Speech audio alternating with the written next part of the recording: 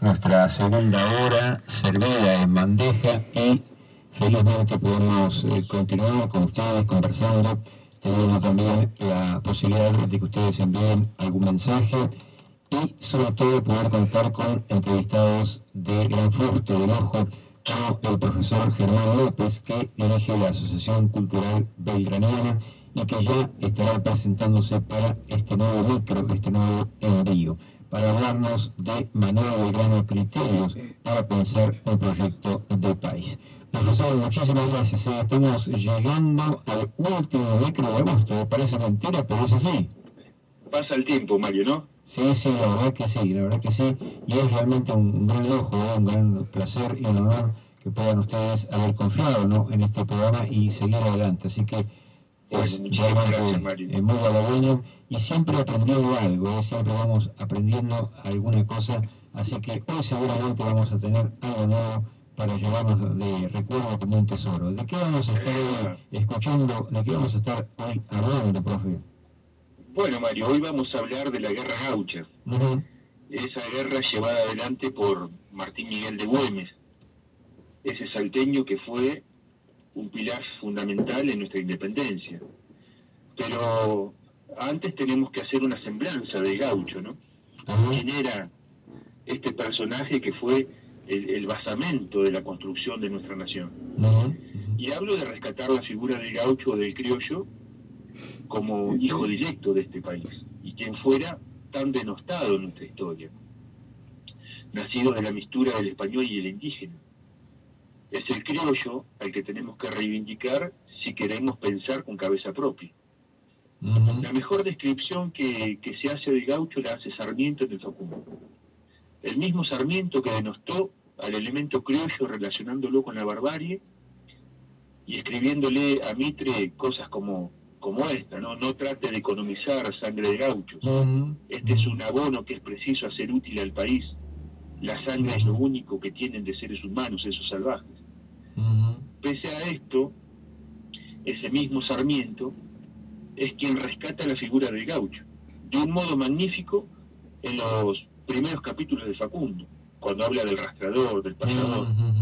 Todos los demás son mentiras a designios. Eso lo dijo él, ¿no? El mismo Sarmiento en una carta al general Paz, que eran, dice, son anécdotas inventadas a designio. Por eso Borges lo va a criticar diciendo: Sarmiento, norteamericanizado indio bravo, gran odiador y desentendedor de lo criollo, no se lo pisó con su fe de hombre recién venido a la cultura y que espera el milagro de ella. Así se refería Borges de Sarmiento. Es el mismo Borges que rescata la figura del criollo en un libro escrito en 1927 que se llama El tamaño de mi esperanza. Y voy a citar una parte que es muy interesante, que dice, porque siempre tenemos una idea diferente, ¿no?, de Borges. Él dice: a los criollos les quiero hablar, a los hombres que en esta tierra se sienten vivir y morir, no a los que creen que el sol y la luna están en Europa. Tierra de desterrados natos es esta, de nostalgiosos de lo lejano y lo ajeno. Ellos son los gringos de veras, autorícelo o no su sangre, y con ellos no habla mi pluma. Quiero conversar con los otros, con los muchachos querencieros y nuestros, que no le achican la realidad a este país. Mi argumento de hoy es la patria. Lo que hay en ella de presente, de pasado y de venidero. Y conste que lo venidero nunca se anima a ser presente del todo sin antes ensayarse, y que ese ensayo es la esperanza. Bendita seas, esperanza, memoria del futuro, olorcito de lo porvenir, palote de Dios. Esto dice Borges. Y continúa, ¿no? Magnífica descripción. Sí. Y continúa y dice, y se pregunta, ¿qué hemos hecho los argentinos? Dice: el arrojamiento de los ingleses de Buenos Aires fue la primera hazaña criolla, tal vez. La guerra de la independencia fue el grandor romántico que en esos tiempos convenía. Y continúa respondiendo a esta pregunta y haciendo una reseña de lo que hemos hecho los criollos, ¿no? El libro se llama El tamaño de mi esperanza. Después abdicó de estas ideas, pero el libro está. El gaucho, entonces, es rescatado por nuestra historia y literatura como arquetipo del argentino o del ser nacional, en 3 obras muy importantes en la literatura argentina, que hacen 3 interpretaciones diferentes, que son El Facundo y Civilización y Barbarie de Sarmiento, donde sostiene que en la Argentina conviven 2 tipos de hombres, los de Chiripá del siglo XII y los de Levita del siglo XVIII, unos bárbaros y otros ilustrados, de ahí lo de Civilización y Barbarie. Dicotomía perversa, ¿no?, para la interpretación de nuestra realidad.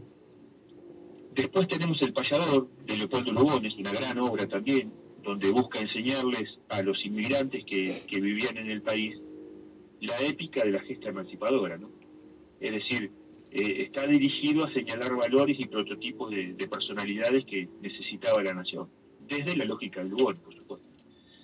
Y finalmente El Martín Fierro, de José Hernández. Es un poema épico por excelencia, con 3 propuestas concretas para la redención de los argentinos, ¿no? Eso lo especifica Alberto Boiler, donde dice: la primera propuesta es: debe el gaucho tener casa, escuela, iglesia y derechos. Para lograr esto, Martín Fierro nos indica un método. ¿Cuál es ese método? Que el fuego para calentar debe ir siempre por abajo. Ese abajo es el pueblo. Y a través de una conducción. Dice: tiene el gaucho que aguantar hasta que lo trague el hoyo, o hasta que venga un criollo a estas tierras a mandar. Esa es la verdadera conducción, hasta que venga un criollo a estas tierras a mandar. Por eso es la obra más importante, a mi criterio, de Martín Fierro, porque es un poema épico. Y no son muchos los países que cuentan con un poema épico, que describe el etos de un pueblo. El etos son los usos, carácter, modos y costumbres que hacen al núcleo identitario del pueblo. Hoy hay proceso de disolución, se está rompiendo esa identidad. Generalmente son países muy importantes los que cuentan con un poema épico. Son pueblos con muchísima fuerza moral y espiritual. Los griegos, por ejemplo, Inglaterra también tiene el suyo, España con su Don Quijote, sin ser un poema.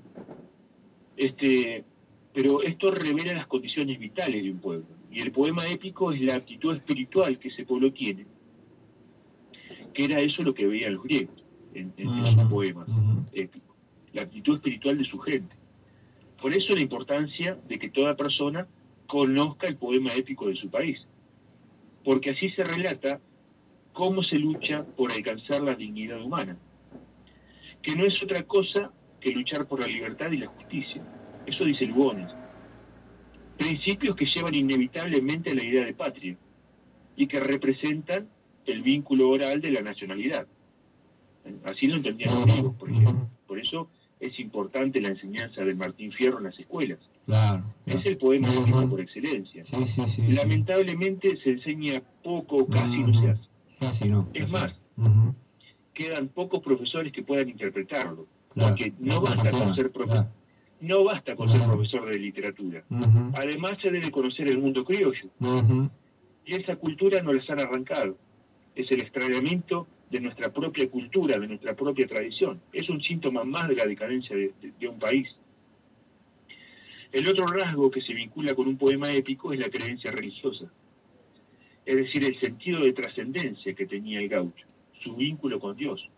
Porque la libertad y la justicia son incompatibles con las ideas materialistas.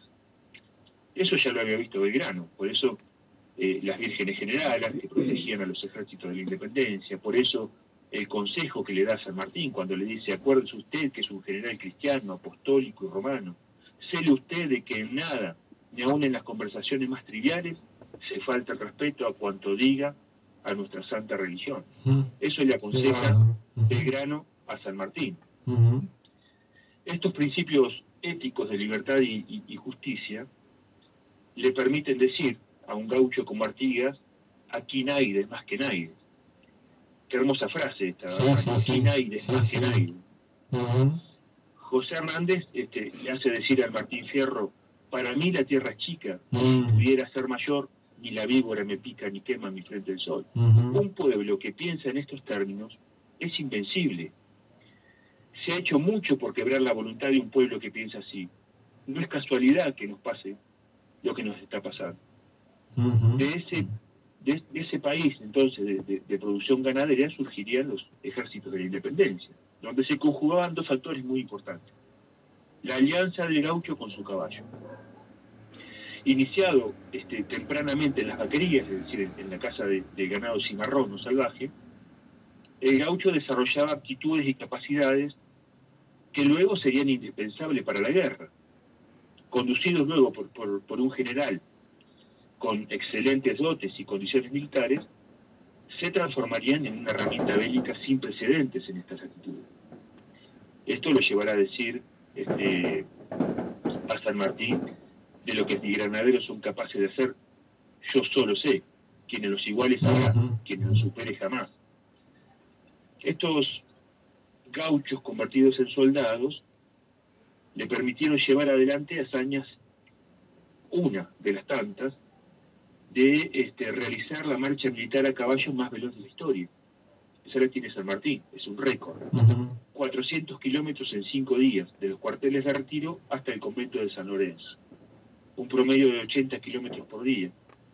Y además tenía que llegar en condiciones de combatir. Claro, sí. Cuando el promedio habitual en los ejércitos europeos era de 50 kilómetros por día. Estas capacidades observadas en sus soldados le permitían encarar con confianza el cruce de los Andes, con soldados así. Y así se podría detallar infinidad de hazañas más, ¿no? Hechas por nuestros gauchos. Por eso es que el gaucho es el único que puede dominar la pampa, o que pudo dominar la pampa. No lo pudieron hacer los conquistadores españoles, por ejemplo. No pudieron avanzar sobre ella ni sobre el indígena. Solo el gaucho lo pudo hacer.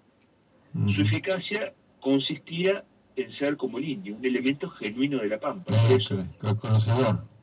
Claro, por eso el único que podía vencer al indígena en sus mismos términos era su propio hijo, el gaucho.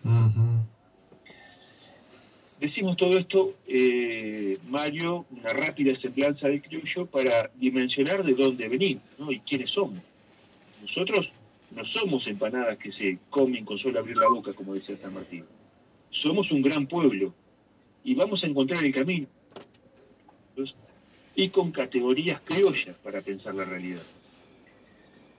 De todo esto entonces se desprende la guerra gaucha y podemos comprender por qué fue tan efectiva, porque fue llevada adelante por este tipo de hombres que bien conducidos eran capaces de hacer proezas increíbles.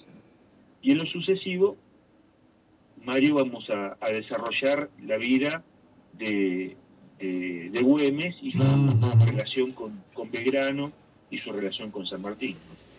Magnífico, realmente extraordinario lo que has traído en la tarde de hoy, profesor. Uno se queda pensando, rumiando en estas cosas y cómo se relaciona aquello del pasado con lo que nos va pasando hoy, ¿no? Con lo que sucede en el presente. Siempre es también en este contexto, ¿no? Que pareciera que no, pero sí, está y se puede notar con meditar un poco, ¿no? Sí, y siempre queda la esperanza de que vamos a salir adelante, ¿no? Exacto. Pero tenemos que conocer justamente nuestra historia y quiénes hicieron nuestra historia. Entonces podemos tener confianza en nuestro pueblo. Si no, va a ser muy difícil. Muy bien. Y pensar con categorías propias, como decía anteriormente, ¿no? Pensar la realidad. Las cabezas ilustradas, generalmente observando otros países, Europa, por ejemplo, con categorías eurocéntricas, no nos van a dar la herramienta para poder solucionar estos problemas. Los problemas nuestros se solucionan con categorías criollas, solamente los criollos. Muy bien. Profe, te agradezco infinitamente esta nueva presentación. Bueno, nos vamos a encontrar en 7 días y ya será septiembre, ya estaremos en el mes de la primavera. Si Dios quiere, Mario. Te mando un abrazo grande y un saludo a toda tu audiencia. Bueno, lo mejor para vos, Gracias igualmente. Gracias.